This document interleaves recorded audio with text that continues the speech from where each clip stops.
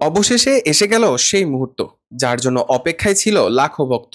হ্যাঁ, আমরা বলছি মেগাস্টার সাকিব খানের নতুন সিনেমা সোলজারের প্রথম টিজার নিয়ে। মাত্র ৩৩ সেকেন্ডের সেই ঝলক এখন রীতিমতো ঝড় বইছে সোশ্যাল মিডিয়ায়। কি আছে ৩৩ সেকেন্ডের সেই টিজারে?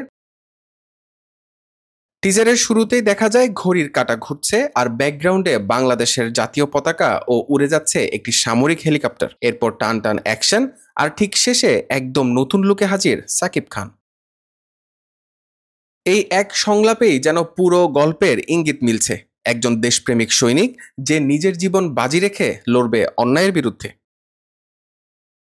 টিজারটি মঙ্গলবার সন্ধ্যায় নিজের ফেসবুক টাইমলাইনে শেয়ার করে সাকিব খান লিখেছেন, পুনরায় শক্তি সঞ্চয় করে প্রস্তুত, এসে গেল সোলজারের প্রথম ঝলক। আর এই পোস্ট ঘিরেই এখন সোশ্যাল মিডিয়ায় হুলস্থুল। ভক্তরা বলছেন এ একদম নতুন সাকিব। একজন তো লিখেছেন, সাকিব ভাই আপনি মানুষ নন, আপনি দিনে দিনে এলিয়েনে পরিণত হচ্ছেন।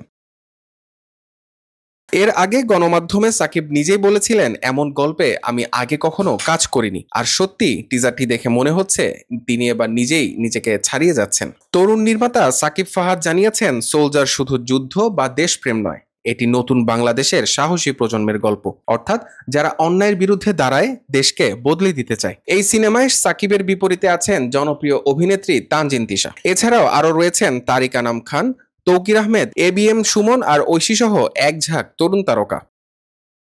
৩৩ সেকেন্ডের এই ঝলকেই যদি এত আলোচনা, তাহলে পুরো সিনেমা মুক্তি পেলে কি হবে সেটি তো সময় বলে দেবে। তবে একটা কথা নিশ্চিত, সাকিব খানের সেই ঘোষণা সত্যি বাস্তব হয়ে উঠছে। এবার এক নতুন সাকিবকে দেখার সময়।